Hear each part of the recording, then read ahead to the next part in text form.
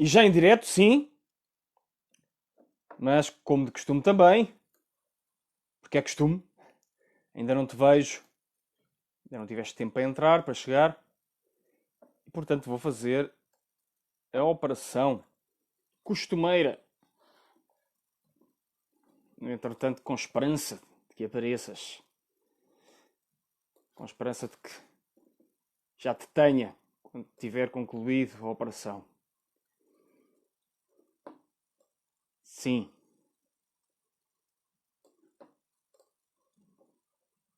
E parece que já tenho alguém, sim, não consigo ver quem.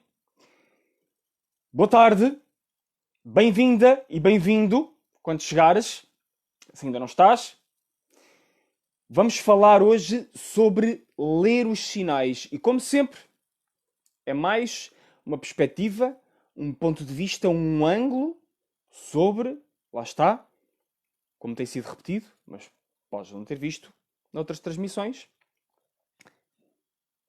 entendermos cada vez melhor o nosso propósito de vida, como pessoas e como organizações. E podemos estar interessados em entendê-lo em, acredito eu, três grandes diferenciações, por assim dizer, que compõem a nossa trindade da abordagem. Podemos estar interessados em descobrir o nosso propósito, podemos estar interessados em transitar, fazer transições já dentro de um contexto de reconhecimento desse mesmo propósito, para o viver cada vez mais e melhor. E podemos estar interessados em ter excelência no desempenho, nos resultados relacionados com esse mesmo propósito. E, portanto, estas três perspectivas têm sido tratadas, trabalhadas aqui ao longo destas transmissões, e hoje é a transmissão número 78, em várias diferenciações, em vários ângulos, vários pontos de vista, argumentos diferentes, necessidades diferentes, para nos ajudar então a totalizar essa visão, para podermos ver com mais clareza como é que podemos então reconhecer essa expressão autêntica e criativa de quem somos, em qualquer contexto que faça sentido para nós, na nossa vida. E portanto é isso que vai acontecer aqui hoje. E hoje o tema é ler os sinais. E quando falamos em ler os sinais, quando se fala em ler os sinais, a primeira pergunta que me ocorre é: será que a maioria de nós, será que a maioria das pessoas que compõem a nossa sociedade está sequer hoje em dia disponível para poder reconhecer sinais da sua expressão criativa autêntica quando eles aparecem? Faz-me lembrar daquelas fotografias e imagens que nós todos sabemos e situações em que nos encontramos no dia a dia. De, por exemplo, vermos uma imagem de estarmos num transporte público, por exemplo, e quantos de nós, no transporte público ou em qualquer outro local público, pode ser num restaurante, numa esplanada, o que for, quantos de nós estão com a atenção disponível para reconhecer sinais em si e naquilo que os rodeia? E claro, o sinal mais evidente disso é quantos de nós é que estão a olhar, ou quantos de nós é que não estão a olhar para os ecrãs dos telemóveis, dos smartphones, por exemplo, e a tocar nesses mesmos ecrãs, a fazer qualquer tipo de atividade com esse mesmo ecrã. E quantos de nós é que, se formos observados num intervalo de tempo de 10 minutos, quantos de nós é que desses 10 minutos vão ter tempo disponível para de facto reparar naquilo que está a acontecer à sua volta? Para reparar, obviamente também, mas isso é mais difícil de detectar como um observador externo, pelo menos não treinado, porque também é possível ter sinais disso. Quantos de nós estão aptos, disponíveis para reparar nos seus sinais internos, dos seus pensamentos, dos seus sentimentos, das suas emoções, dessa disponibilidade para interagir com o meio envolvente, com o que está a acontecer? Certo?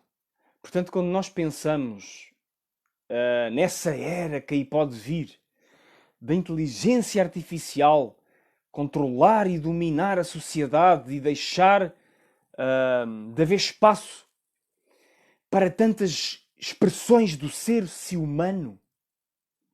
Quando nós pensamos nisso, na verdade, o que é que nós poderemos reconhecer agora mesmo? Já não vivemos numa era de inteligência artificial? Já não nos comportamos como se uma parte do nosso corpo, uma parte da nossa a constituição do nosso aparelho biopsíquico já não é um smartphone na mão? Já não é estarmos com os olhos postos num smartphone? Eu acho que sim. Com todas as vantagens e todas as desvantagens que isso possa trazer. Sim, os smartphones e todas as tecnologias disponíveis. Por favor, e para não continuar aqui em discurso direto, tu que já estás a assistir, já te vejo, Julieta, bem-vinda, já te vejo, Raul, bem-vindo mais uma vez.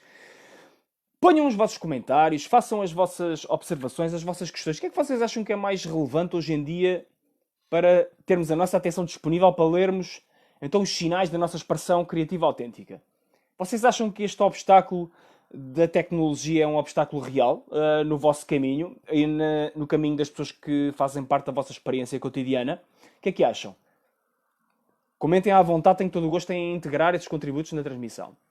Eu acho que sim, eu acho que a forma como a nossa atenção está esquartejada, dividida de múltiplas formas, os nossos intervalos de atenção disponíveis estão cada vez mais curtos, está comprovado isso através de estudos, a superficialidade do nosso pensamento é cada vez maior, a velocidade em que se saltam de umas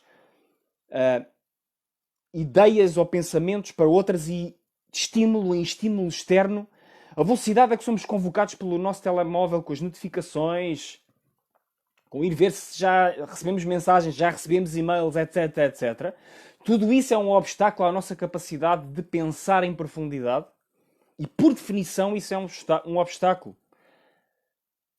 Sim, é um obstáculo à clareza de visão sobre o nosso propósito, porque o nosso propósito depende de processos mentais e cognitivos que envolvem o nosso córtex pré-frontal e outras regiões mais recentes do nosso cérebro, que são, por definição, cognitivamente mais avançadas, mas também mais imaturas e que são afetadas por este tipo de tecnologia, por este tipo de hábitos que nós nos temos permitido criar a partir dela. E, portanto, quando nós falamos em ler os sinais, podemos começar por fazer esse ponto de partida que é: estamos sequer disponíveis para ler sinais? Qual é o nosso tipo de disponibilidade para ler esses mesmos sinais, para perceber esses mesmos sinais em nós, no ambiente que nos rodeia, naqueles que nos rodeiam?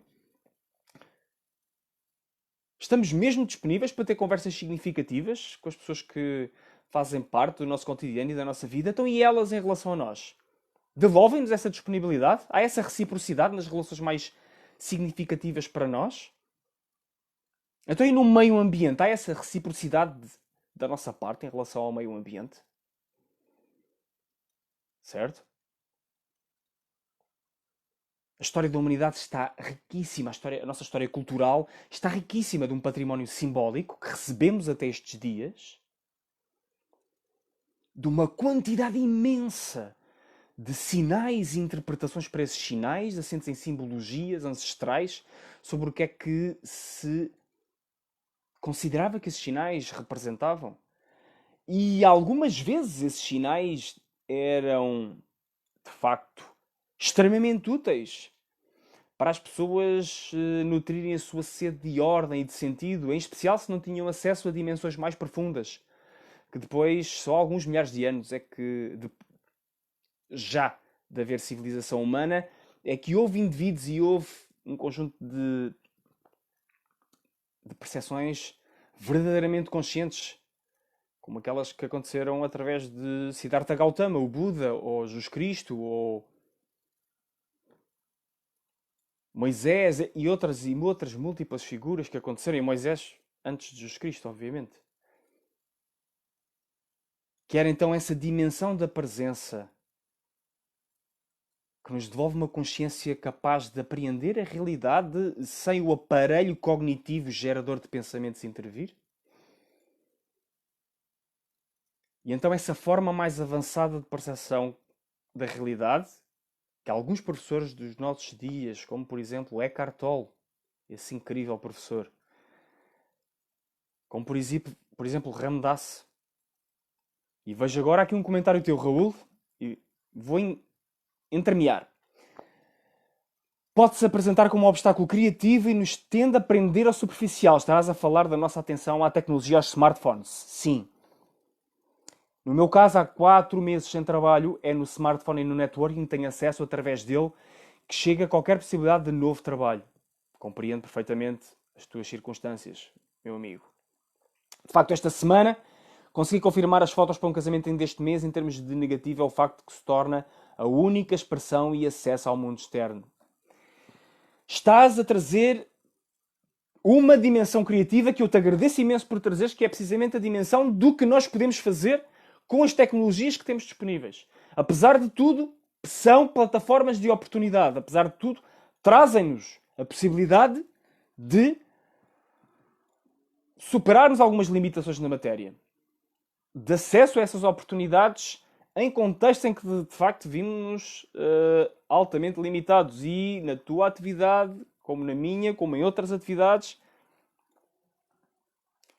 o impacto é incrivelmente notável, notório.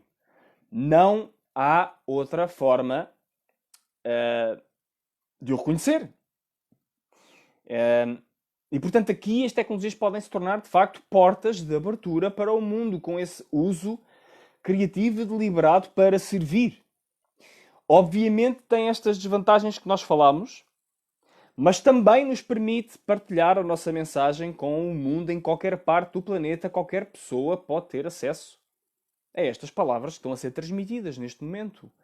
Não importa qual a localização geográfica, se há um acesso a esta plataforma, há um acesso a esta mensagem. E virtualmente qualquer local no planeta onde haja uma conexão à internet e um dispositivo eletrónico a condizer, esse acesso é possível.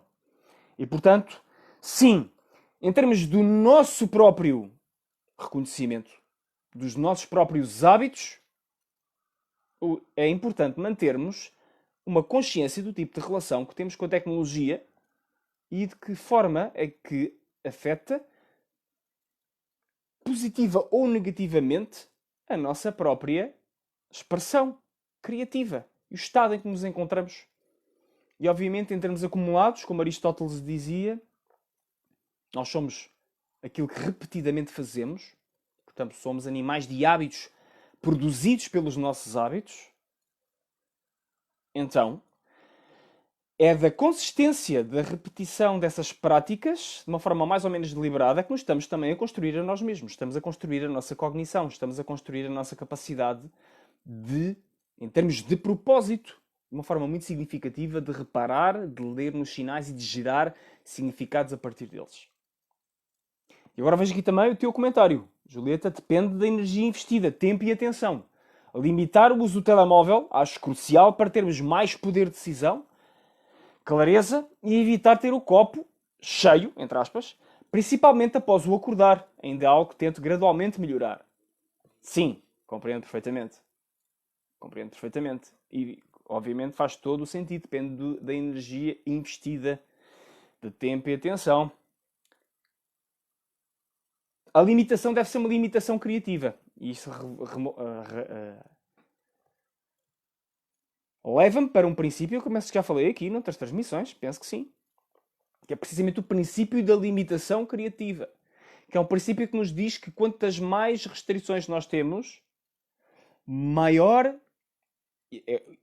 é a nossa oportunidade de gerar foco no que estamos a fazer e maior é a probabilidade de acontecerem superações significativas no nosso caminho em função desse foco. Assumindo que esse foco, obviamente, é bem escolhido, que é um foco, lá está, propositado. É um foco conduzente à tal expressão criativa autêntica de quem somos. Ao serviço de algo maior do que nós. Ao serviço, então, não só da nossa autoatualização, como lhe chamaria Maslow, como da nossa autotranscendência. Como esse autor também disse. Não é?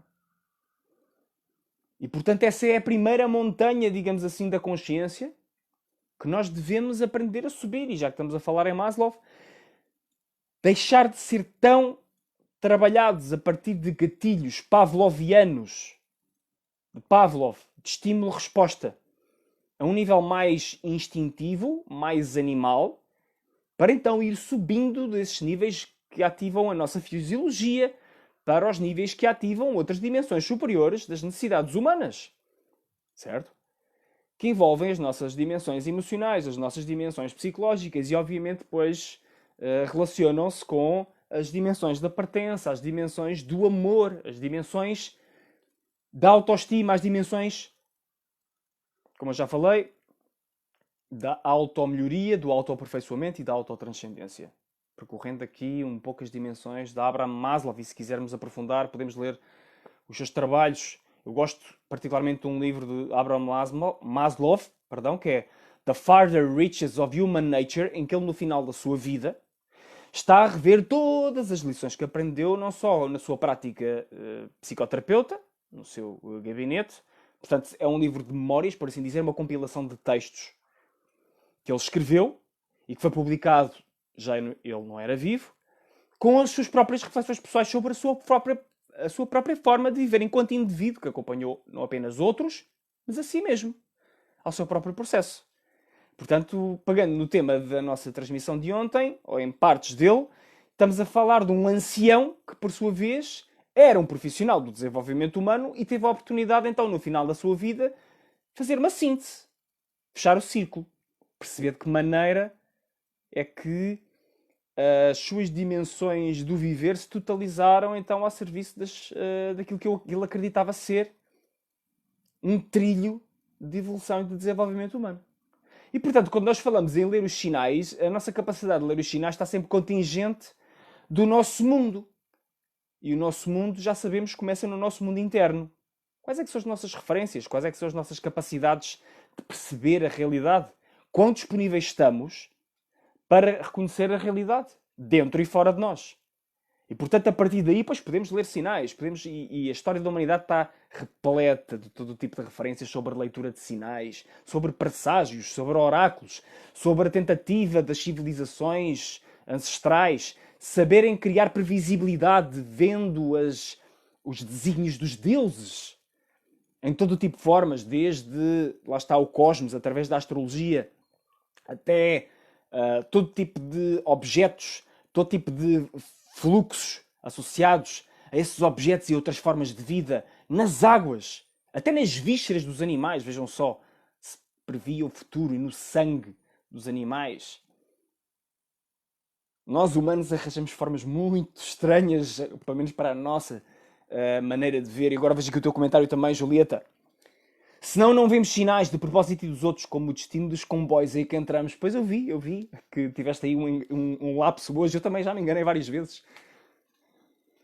Mais do que uma vez, certamente. Só me estou a recordar de 2 vezes em que me enganei a apanhar um meio de transporte. Lá está. Até que ponto é que os smartphones não tiveram? Não tiveram ligação com isso, não é? Estamos a olhar para os sinais num ecrã, em vez de estarmos a olhar para os sinais que precisamos de olhar, não é? Num metropolitano, ou numa estação dos comboios, ou o que seja. Não é? Agora estou a levar para brincadeira algo que aconteceu contigo e que eu vi numa partilha que fizeste. Aqui mesmo nesta plataforma. Mas é isso. E agora vamos então assumir que já passámos as 2 primeiras etapas. Certo? Vamos assumir que, primeiro, já conseguimos mais ou menos percepcionar a nossa capacidade de ler sinais.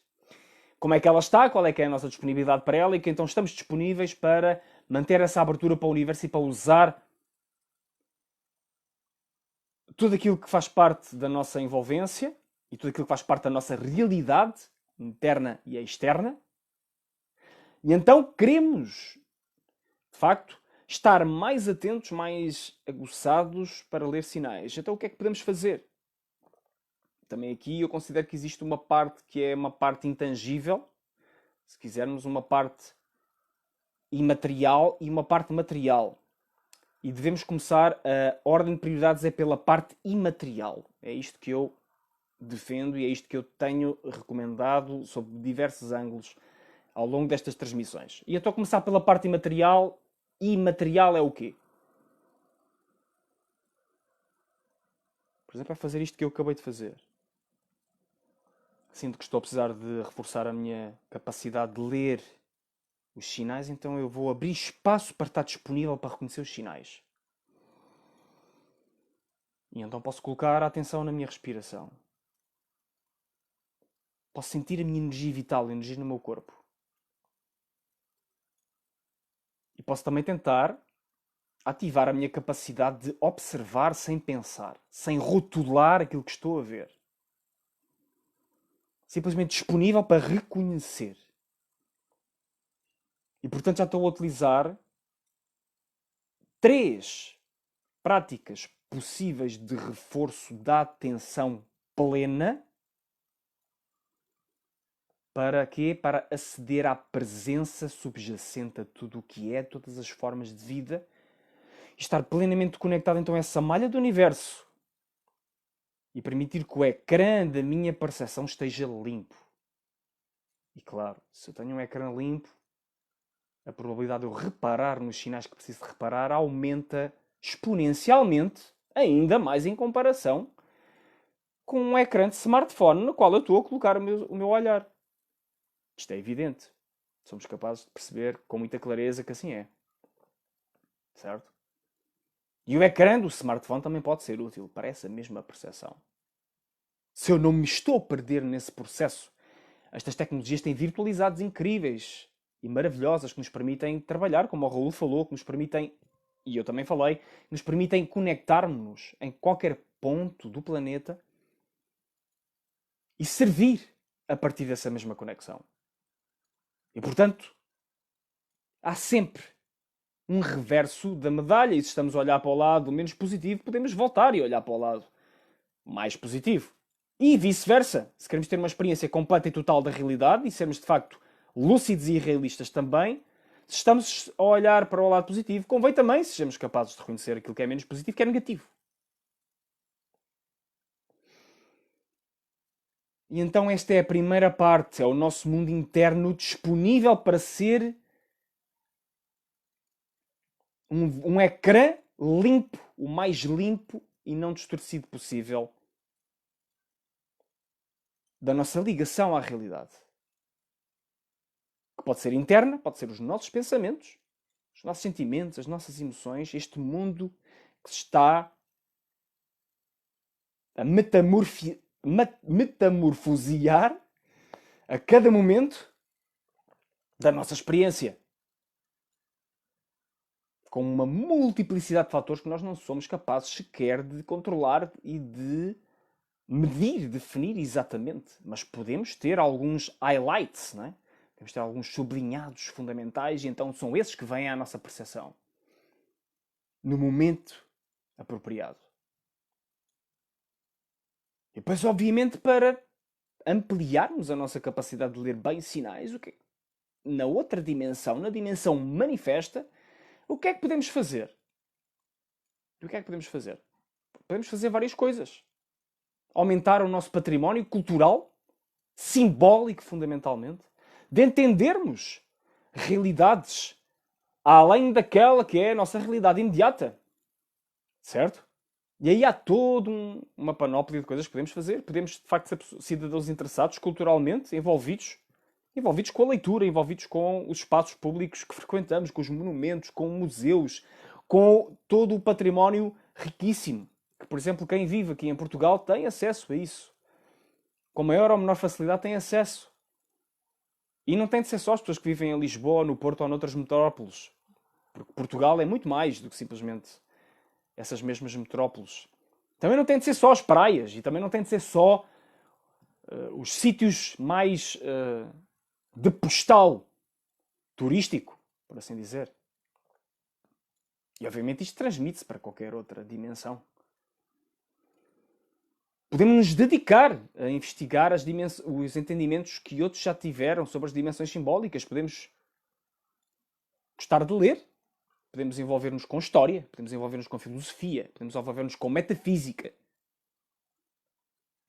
todas essas dimensões e alguns ramos bem mais estranhos para muitos. E eu vou só dar aqui algumas dicas se alguém quiser envolver-se com isso. A simbologia, a heráldica, por exemplo, a geosofia, que diz que a geografia se diferencia não apenas pelos seus contornos manifestos, mas como por outros contornos. Todo o tipo de formas que treinam o entendimento simbólico, as ciências ancestrais, consideradas ciências esotéricas, como a astrologia, como a numerologia, como o tarô, como a geometria sagrada.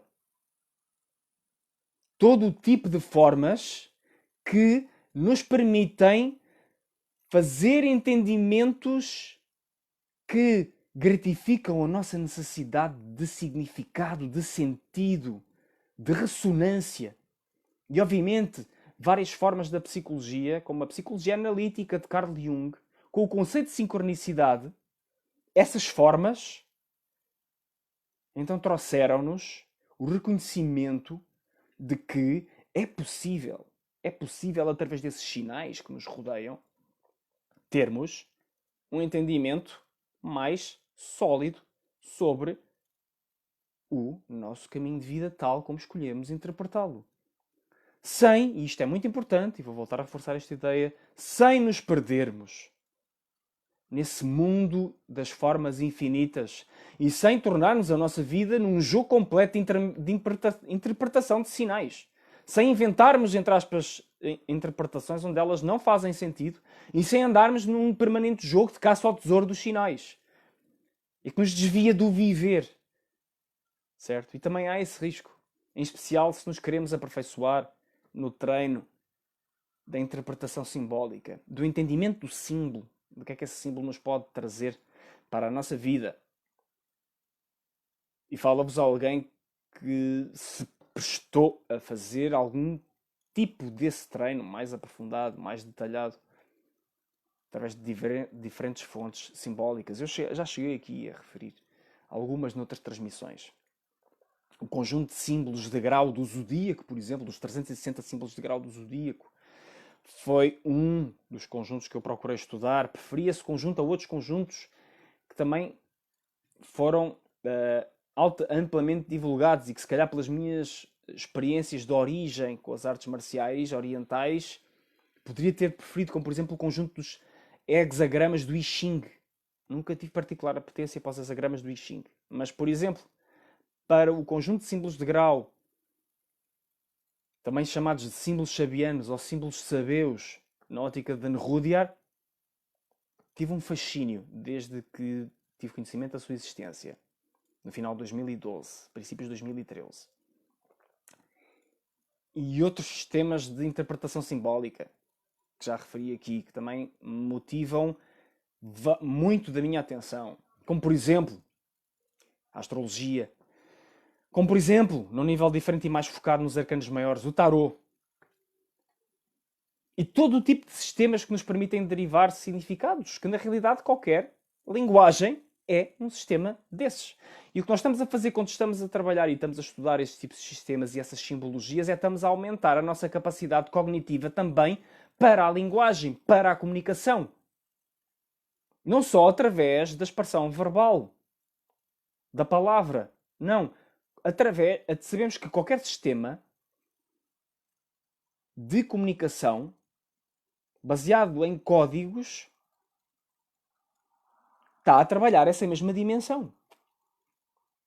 Portanto, a linguística aqui pode ser encarada de uma forma mais ampla, bem mais ampla. E o número de línguas que nós sabemos usar para comunicar não é só o número de idiomas que a gente sabe falar. A pessoa sabe falar 5 línguas diferentes. Ok, mas no conjunto total, quantas linguagens é que essa pessoa sabe mesmo falar? Certo? Temos a linguagem numérica, além da linguagem normal, linguística, que nós chamamos como idioma. E as suas diversas versões. Certo? A astrologia também é uma linguagem. O tarot também é uma linguagem. A numerologia é outra linguagem.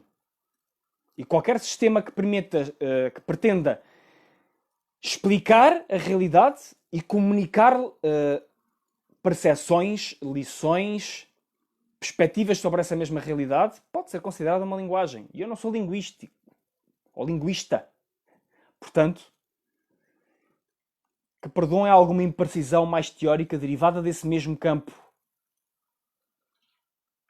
Mas aqui estamos a falar da linguagem como um todo e, portanto, nós comunicamos com tudo, inclusive com o nosso corpo, com a nossa expressão corporal, linguagem corporal, que fica um tanto ou quanto, por exemplo, nestas transmissões online e por qualquer outro meio digital, ficou tanto ou quanto limitada.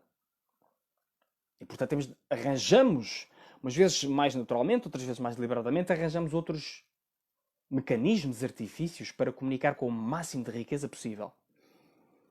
Para permitirmos que essa riqueza se transmita através de nós e haja então feedback, que haja uma comunicação em que emitimos e recebemos e jogamos esse jogo reciprocamente, independentemente de quem tenha a primazia de iniciativa nessa mesma comunicação. Exercício. Exercício. Vamos a um exercício? Vamos a um exercício, sim. Eu vou-te pedir, por favor, que coloques a tua atenção num objeto mais disponível que te ocorra neste momento e que procures apreender a totalidade desse objeto sem o rotular, sem lhe atribuir um nome. E tenta apreender a dimensão de espaço que esse objeto contém. A dimensão de existência própria desse objeto.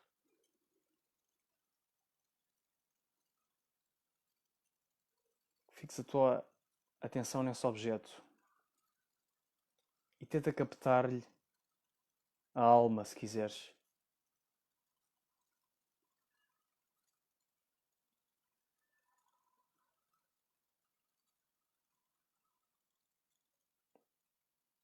Pergunta: o que é que esse objeto representa para ti? O que é que esse objeto representa para ti? Queres partilhar nos comentários qual foi o objeto que escolheste, Julieta e Raul? Que objetos é que vocês escolheram? Querem partilhar? E que representação tem esse objeto para vocês? Podem partilhar também?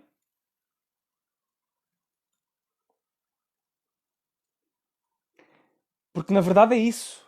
Qualquer objeto pode representar uma dimensão além dele mesmo para nós. Ou então uma dimensão muito pragmática para nós.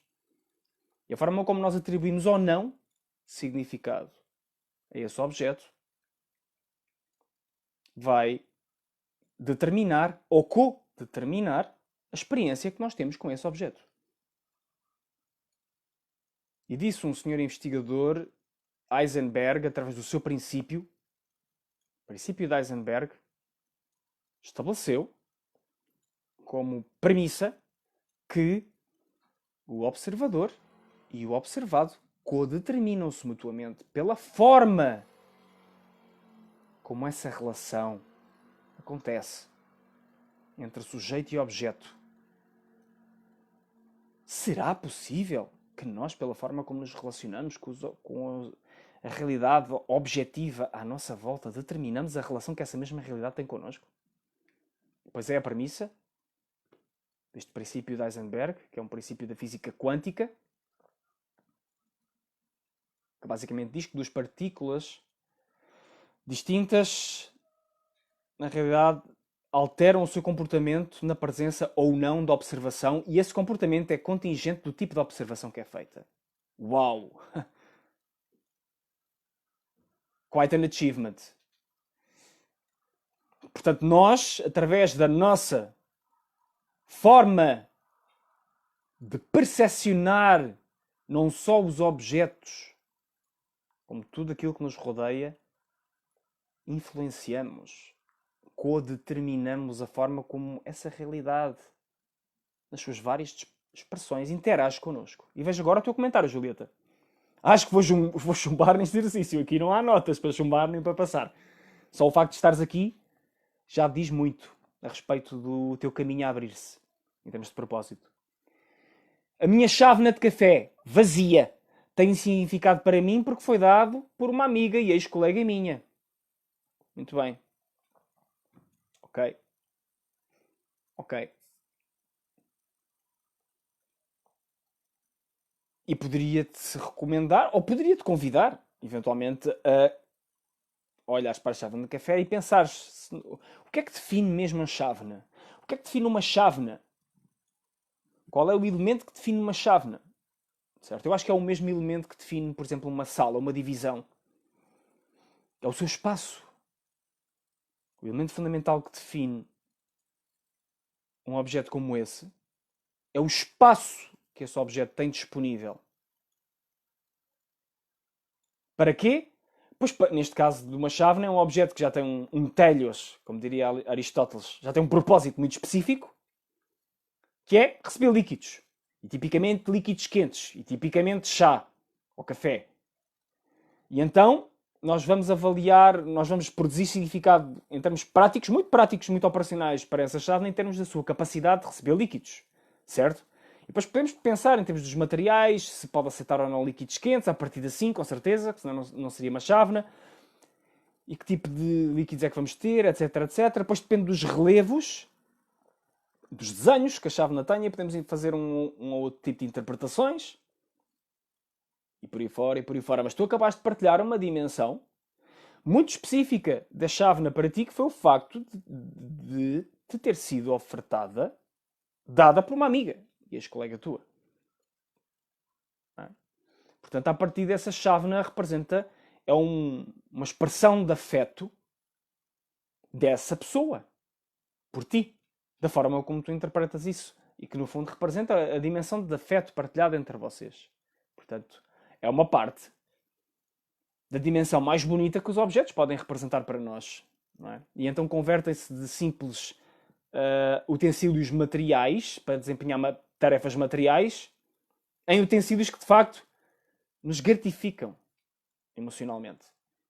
E é claro, hoje em dia já existe toda uma percepção, inclusive a nível do marketing, a este nível, e vemos já à venda todo tipo de objetos com essa funcionalidade, quando tem, por exemplo, determinado tipo de frases ou desenhos associados a ideias, a brincadeiras ou a locais, se no caso serem objetos turísticos, e portanto, tudo isso conta. Eu vejo agora aqui o teu comentário, Raul. Escolhi a minha lapiseira, é com ela que faço todos os registros, é a primeira coisa que tenho à mão para marcar algo que preciso lembrar. É boa também para rascunhos, quem sabe desenhos, é séria, comprei dessas de arquitetos. Embora simples, considero uma tecnologia impressionante. É extraordinária esta tecnologia, Raul, eu concordo contigo.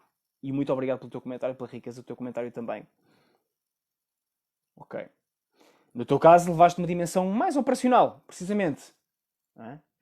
Portanto, quiseste um objeto de desempenho, um objeto que te transmita uma qualidade, de acordo com a minha interpretação, uma qualidade na tua forma de registares aquilo que é importante para ti.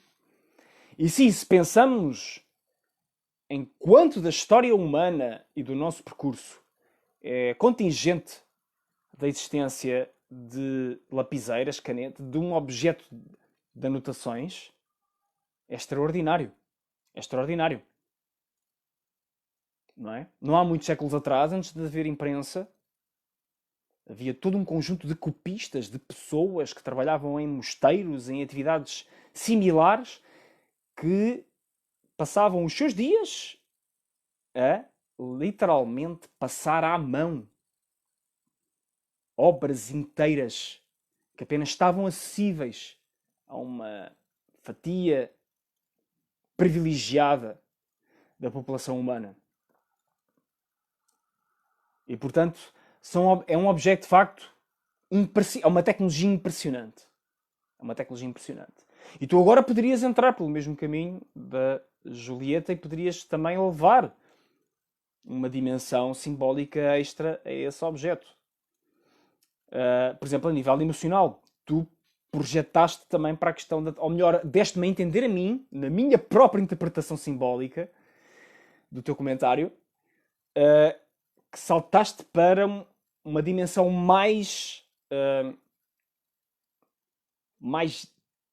abstrata do valor da tecnologia que está codificada nesse objeto. Certo? E isso poderia estar e pode estar presente, obviamente, podes incluir essa dimensão na dimensão em todas as dimensões que tornam esse objeto significativo para ti. Eu também valorizo imenso a minha lapiseira. Sim. Pela capacidade que me permite, com flexibilidade, sem necessidade de a afiar, sublinhar, escrever, fazer caixas de texto nos livros e nas coisas que gosto de fazer e também tomar algumas notas que depois posso apagar, etc, etc, etc. Como ninguém me ofereceu a lapiseira, fui eu que a comprei por mim, a parte emocional já não está tão associada a essa lapiseira. Mas poderia estar, se a experiência da compra tivesse sido uma experiência significativa para mim, mesmo tendo sido eu a comprá-la e ninguém me tendo oferecido, eu também poderia sentir essa mesma dimensão emocional. Não é? E, portanto, no fundo, qual é o grande ganho que podemos ter, na minha opinião, quando queremos saber ler os sinais para o nosso próprio caminho, para o nosso próprio propósito? É o ganho. É o ganho de ajustarmos a nossa marcha na vida em função desses mesmos sinais. E claro, para isso acontecer muitas vezes temos também de lidar com obstáculos à interpretação desses mesmos sinais. E muitos desses mesmos obstáculos advêm da nossa rigidez e inflexibilidade que todos temos em querer aceitar, em reconhecer as coisas exatamente como elas são. Oh, que desafio! Que desafio incrível! Em vez de simplesmente projetarmos aquilo que queremos ou gostaríamos que elas fossem. E obviamente isto vale para todo tipo de realidade, vale para nós, vale para outras pessoas, objetos e todas as formas com que nós podemos associar essa mesma realidade à expressão criativa autêntica de quem somos. E vejo aqui mais um comentário teu. Raul. É uma relação difícil, ela machuca, a ponta dos dedos, pois é metálica. Eu sei que preciso trocar, mas me apego à sua qualidade e abandoná-la seria como reconhecer um fracasso. Uau! Grande comentário, Raul. Porque na minha interpretação deste comentário, tu condensaste precisamente aquilo que eu estava a referir, aplicado a um objeto, e condensaste uma condição humana natural que existe em todos nós, de uma forma mais ou menos marcada, que é a dimensão do apego, a dimensão de não queremos soltar coisas que precisamos deixar ir. E acho que não existe ninguém, exceto eventualmente alguns seres humanos já completamente iluminados, nesse sentido de serem plenamente conscientes em termos do uso da sua percepção. É uma dimensão que está presente em todos nós e continua a ser uma dimensão, inclusive, eu acredito, para seres que aparentemente já são verdadeiramente iluminados. Agora estou a sorrir, estou-me a lembrar de um episódio desse grande mestre que eu tanto aprecio, Eckhart Tolle, esse grandíssimo professor do intangível, esse grandíssimo professor da capacidade de chegar àquilo que verdadeiramente importa. E ele disse, quando recebeu o seu primeiro iPhone, a história, quando eu recebi o meu primeiro iPhone, conta Eckhart Tolle, eu reparei que a dada altura já deixava de ir de manhã quando acordava à janela a ver como estava o tempo. Eu simplesmente pegava, tinha o iPhone pousado na minha mesa de cabeceira, o professor Eckhart Tolle, para mim, na minha percepção de dizer isto,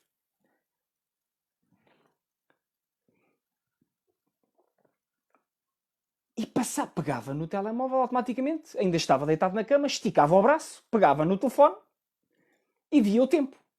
Até que fiz isto umas 2 vezes ou umas 3 vezes, isto ele a contar a história, e dei-me conta que estava a abdicar de uma parte importante da minha relação com a realidade, com o real, que era ir à janela, receber a percepção do tempo real ali, sair para o telefone. E eu dei-me conta e eu deixei de fazer isso.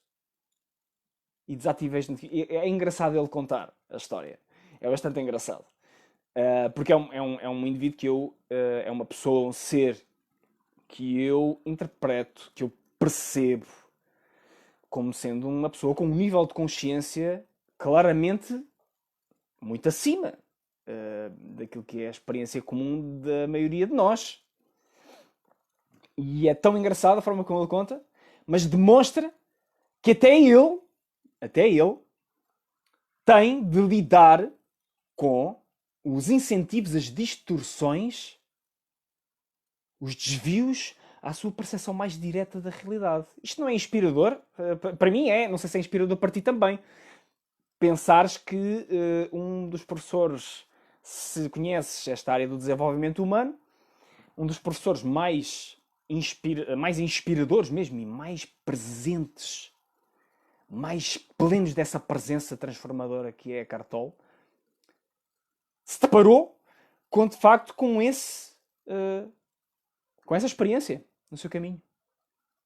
E eu se calhar terminava com isto, para irmos de fim de semana e desfrutar do resto do nosso dia, que é entendermos que as nossas respostas mais ou menos funcionais com a realidade, que nós sabemos que funcionam de uma forma mais ou menos adequada àquilo que nós precisamos. Como tu tiveste a grande coragem de partilhar, Raul, e eu agradeço-te imenso pelo teu comentário da relação com a lapiseira, eu também tenho esse tipo de decisões e não somos os únicos. Aparentemente parece que há aí esses desafios a lidar com os objetos.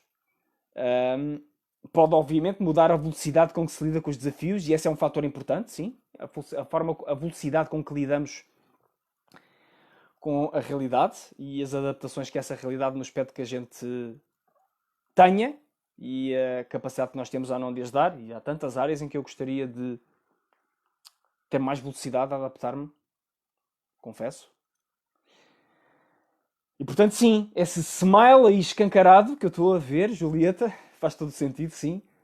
E eu gostava de terminar esta transmissão nessa mesma nota, que possamos estar cada vez mais disponíveis para ler os sinais e possamos exercitar cada vez melhor essa capacidade então de ler aquilo que faz sentido para a expressão criativa autêntica de quem somos, de uma maneira cada vez mais fluida, cada vez mais plena e cada vez mais leve, cada vez mais livre também, sem ser tudo demasiado mistificado.